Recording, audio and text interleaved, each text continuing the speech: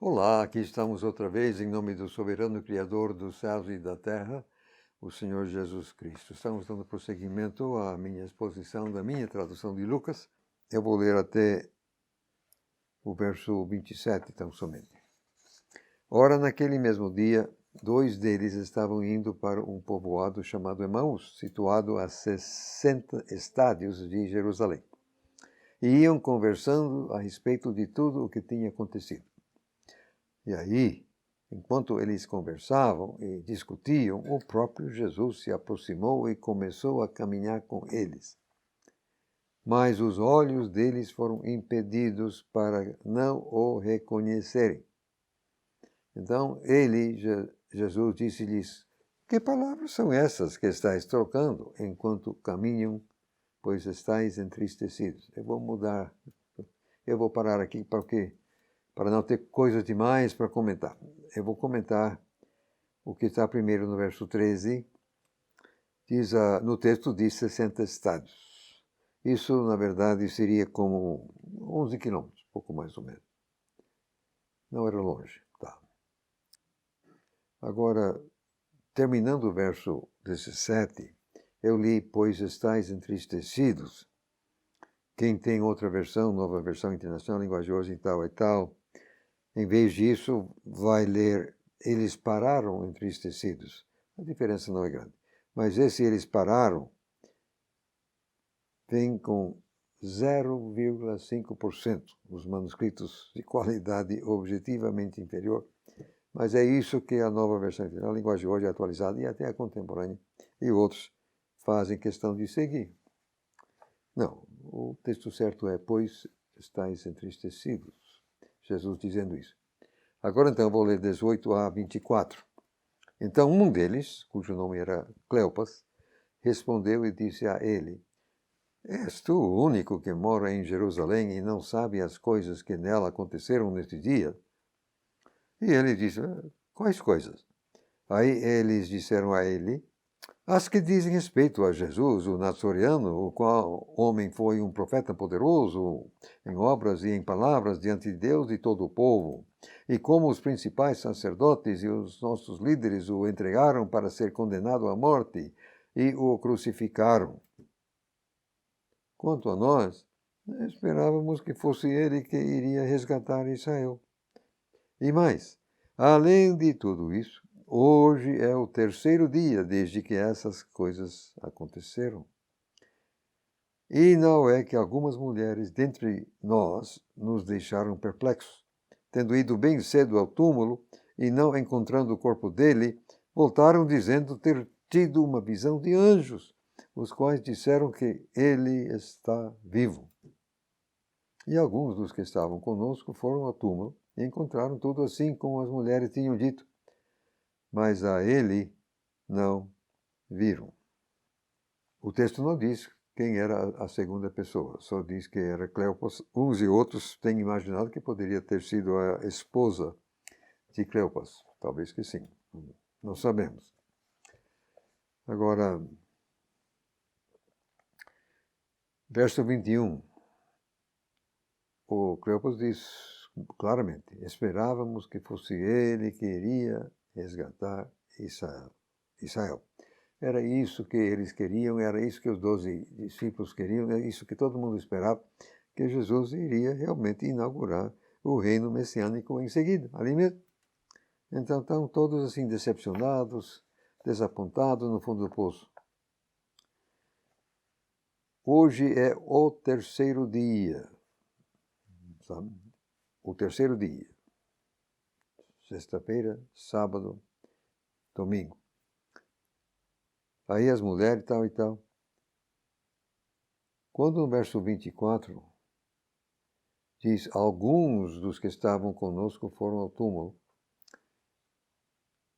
Esse alguns é plural, então ele está reconhecendo que não foi só Pedro, foi João também que foram lá. Então, no verso 12, cá em cima, o próprio Lucas aqui fala só de Pedro. Mas aqui, Cleopas esclarece que de fato eram mais do que um, só para constar, senão não faz diferença. Prosseguindo então, vamos ler agora 25 a 27. 25, 27. Aí ele disse a eles, Jesus falando agora, ó insensatos e lerdos de coração, para crerem tudo o que os profetas falaram. Porventura não era necessário que o Cristo sofresse essas coisas e entrasse na sua glória. E começando por Moisés, e então todos os profetas, ele explicou-lhes em todas as Escrituras os dizeres a seu próprio respeito. Eu só quero registrar aqui que eu muito queria que essa explicação que Jesus deu tivesse sido registrada. Como eu gostaria de saber o que foi que Jesus mesmo... Não está, a gente não sabe. Não está dito. Mas ele se identifica aqui como o Messias, né? A seu próprio respeito. Só que, como lemos aqui em cima, os olhos eles eram vedados. Foi uma ação sobrenatural. Eles não foram permitidos reconhecer até o momento certo. Agora, 28 a 32. Então eles se aproximaram do povoado onde iam, e ele, Jesus, fez como quem iria prosseguir. Mas eles o constrangeram, dizendo, fica conosco, pois a noite já vem e o dia já declinou. Então entrou para ficar com eles. E estando ele à mesa com eles, aconteceu o seguinte. Ele tomou o pão, o abençoou e partiu, e deu a eles. Aí os seus olhos foram abertos e reconheceram ele. E ele se tornou invisível a eles. Sumiu. E disseram um ao outro, não é que o nosso coração ardia em nós enquanto ele nos falava no caminho e nos explicava as Escrituras? Uns e outros querem assim levantar problema. Diz aqui que Jesus fez como que ele iria prosseguir. Ora, não tivesse recebido o convite, ele teria prosseguido, com toda e tranquila certeza. Não há nenhuma dificuldade aqui quanto a isso.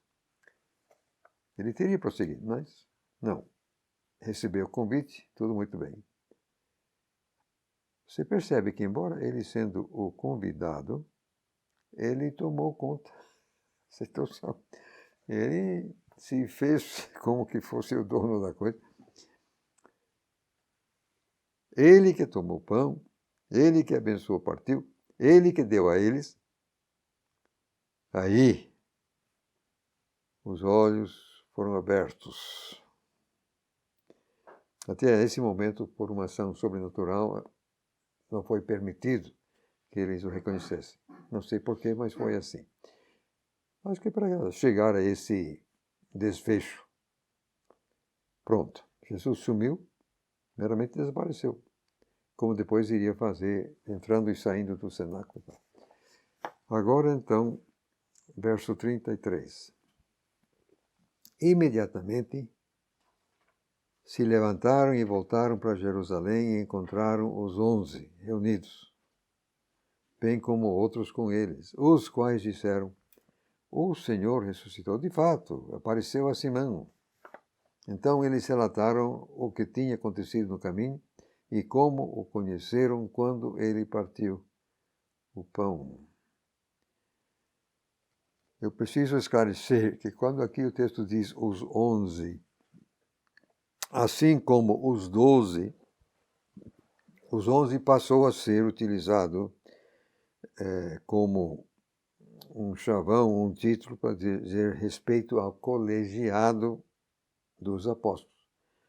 No fato aqui só tinha 10. Né? Primeiro, o Iscariotes não fazia parte, por isso agora é 11. Mas sabemos que Tomé não estava presente, então, na verdade, eram 10.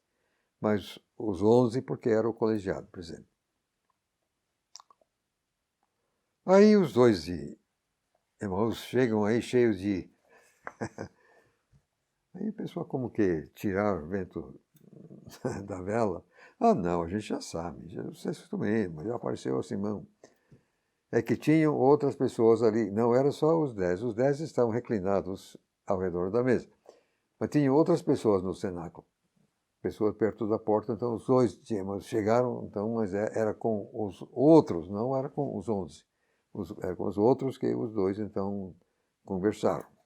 E nesse meio tempo, quer dizer, enquanto estão conversando, aí vamos chegar agora ao verso 36, até o verso 43.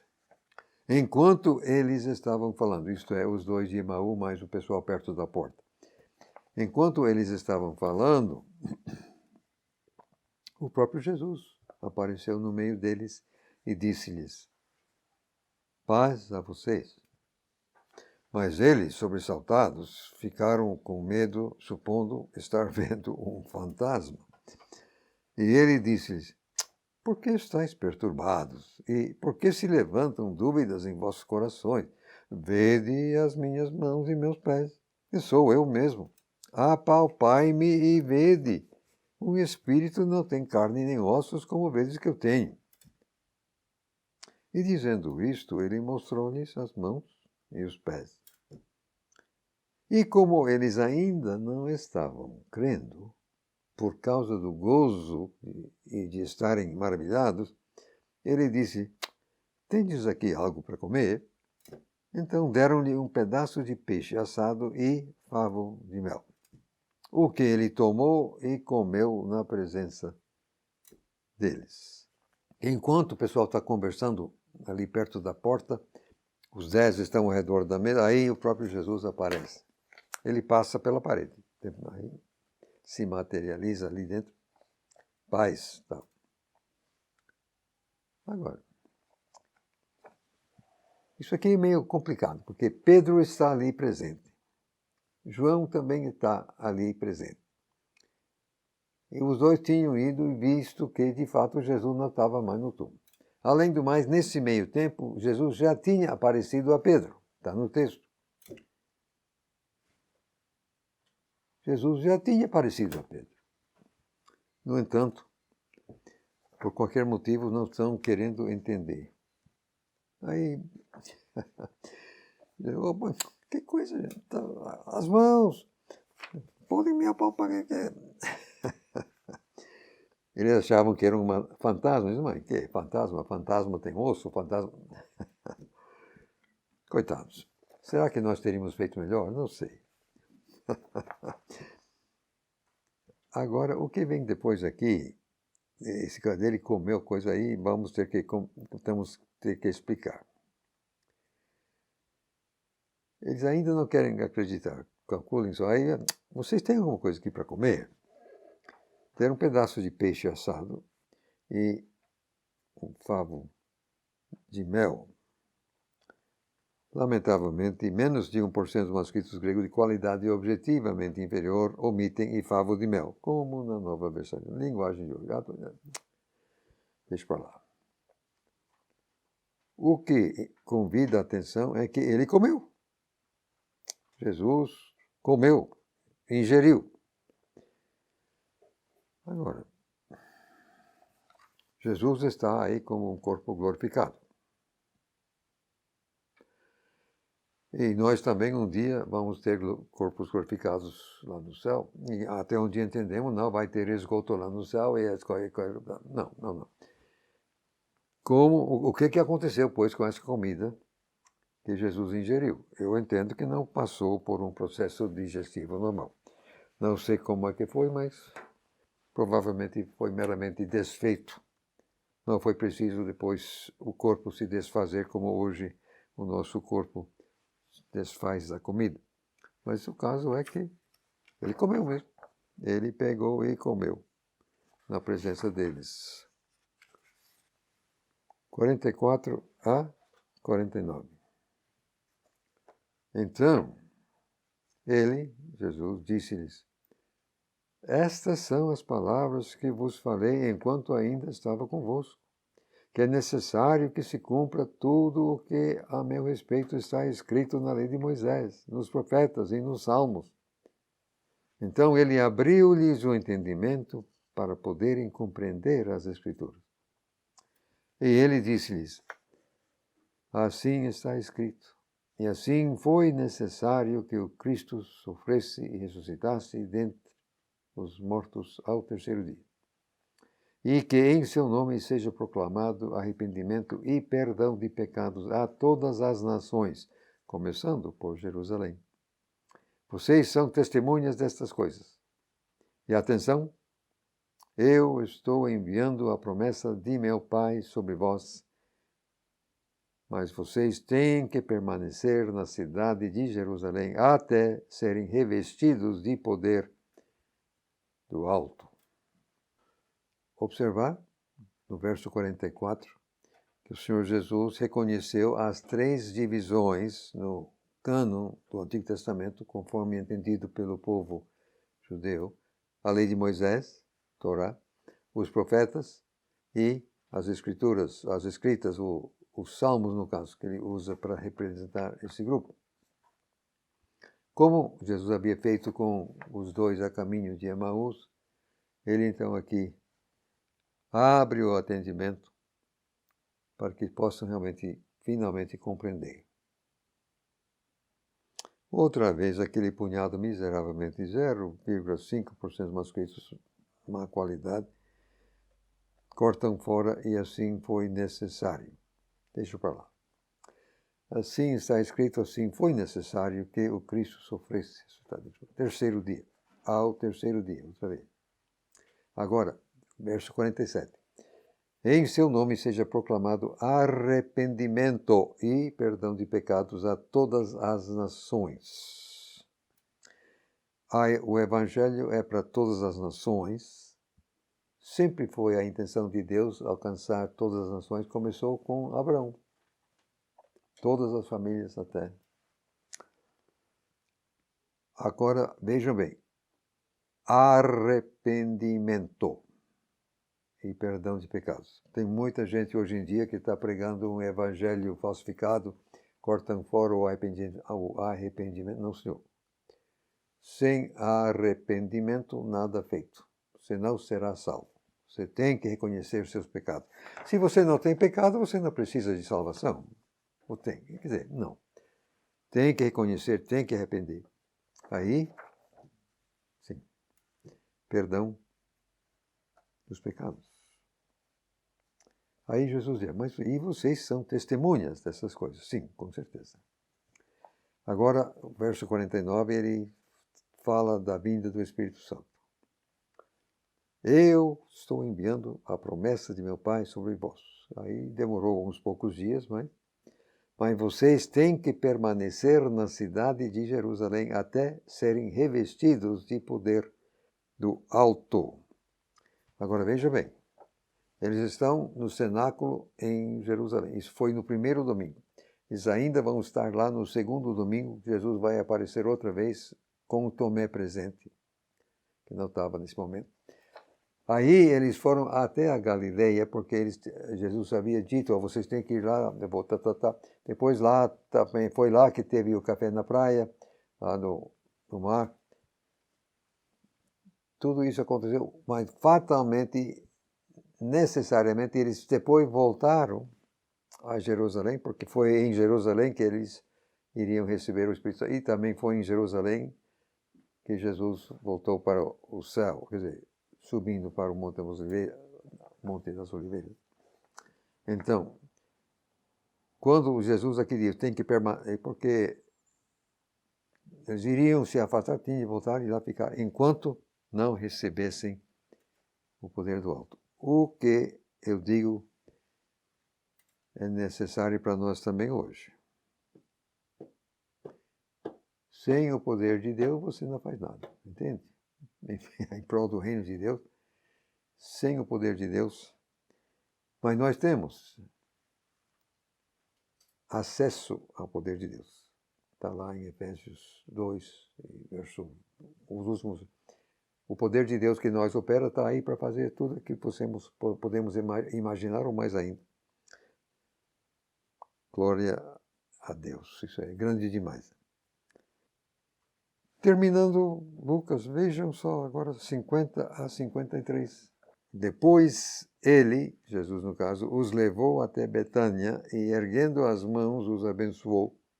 E enquanto ele os abençoava, eles os deixou e foi levado para o céu. E tendo adorado eles voltaram para Jerusalém com grande júbilo e estavam sempre no templo, louvando e bendizendo a Deus. Amém. Aqui, Jesus claramente levou até Betânia. Eles estão em Jerusalém, leva até lá em cima, Betânia, lá no Monte dos Oliveiras. De lá que ele partiu para o céu. Isso está melhor explicado em Atos, que também foi escrito por Lucas, Atos, primeiro capítulo, primeiros versos. Explica melhor a ascensão de Jesus. Eu sou obrigado a comentar outra vez esse problema. Mas primeiro, no 53, diz aqui, estavam sempre no templo. Isso, sabe, me deixa, melancólico, sem entender, sei lá o que me deixa. Jesus havia declarado que Deus tinha abandonado aquele templo. Jesus declarou. E, portanto, por que seguiram fazendo uso desse templo? Se o objetivo era evangelizar judeu, então era o lugar lógico. Também, provavelmente, era o lugar na cidade que tinha maior espaço. Quer dizer, que abrigaria o maior número de pessoas. Mas eventos subsequentes demonstram claramente que eles ainda consideravam o templo como casa de Deus, um lugar especial. E eu diria que isso se transformou em um laço para eles. Mas não é o meu assunto aqui, não. Está aí. Sempre no templo. Louvando e bendizendo a Deus. Agora aqui essa coisa triste, um punhado miserável de maus manuscritos gregos, 0,4%, omitem e bendizendo. Fica então só louvando a Deus, ponto. E lá vai, nova versão internacional, linguagem hoje, atualizada, enfim. Não, Senhor. Louvando e bendizendo a Deus, conforme 1.700 manuscritos contra 4, tá bom? 4 não. 6. Amém. E de fato, amém está no texto. Nem sempre, mas aqui está. Deixa eu só acrescentar um detalhe aqui para efeito. Em torno de 50% dos manuscritos gregos, incluindo a melhor linha de transmissão, que eu estou aqui traduzindo, tem um colofão logo após o término do Evangelho que diz: publicado 15 anos após a ascensão de Cristo. Que uma percentagem tão alta dos manuscritos nos oferece esta informação, provavelmente significa que a tradição é antiga. Se a informação for correta, então Lucas foi publicado, isto é, entregue ao público em 45 depois de Cristo. As mesmas fontes dizem que Mateus foi publicado em 38 e Marcos em 40 e João em 62 depois de Cristo. Nesse caso, os autores dos evangelhos eram testemunhas oculares dos acontecimentos. E muitas outras testemunhas ainda estavam vivas. Tais pessoas estariam em condições de confirmar a veracidade dos registros, ou o contrário, se fosse o caso. Vejam só. Terminamos Lucas. Que Deus nos ajude e abençoe a todos.